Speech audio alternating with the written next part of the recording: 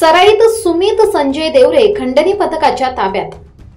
शहरातील सुमित संजय देवरे यांनी अनेक लोकांची फसवणूक केली असून त्यांच्या विरोधात नाशिक शहरात विविध पोलीस ठाण्यात गुन्हे दाखल आहेत। खंडणी पथकातील पोलीस अंमलदार भूषण सोनवणे, रवींद्र दिघे व चारुदत्त निकम यांना सराईत सुमित देवरे हा मुंबईवरून नाशिक येथे येणार असल्याची माहिती मिळाली होती। त्याला बळी मंदिर येथे पोलिसांनी ताब्यात घेतले।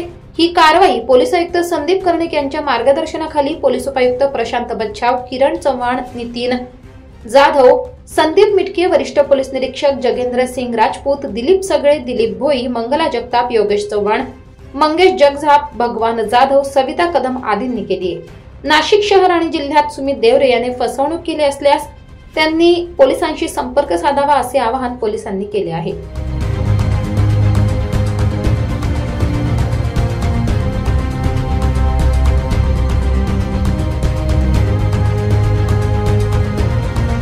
SIP सुरू केली नाही, मग संपत्ती कशी वाढणार?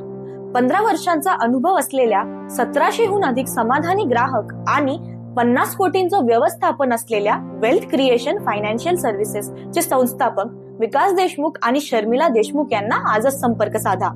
SIP, SWP, म्युच्युअल फंड्स ने अधिक स्थैर्य मिळवा। 5100हून अधिक गुंतवणूकदारांचा विश्वास। आता तुमची वेळ।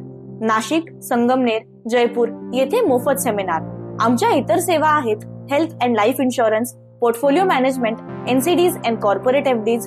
संपर्क करा आणि तुमच्या आर्थिक साक्षरतेची सुरुवात आजच करा।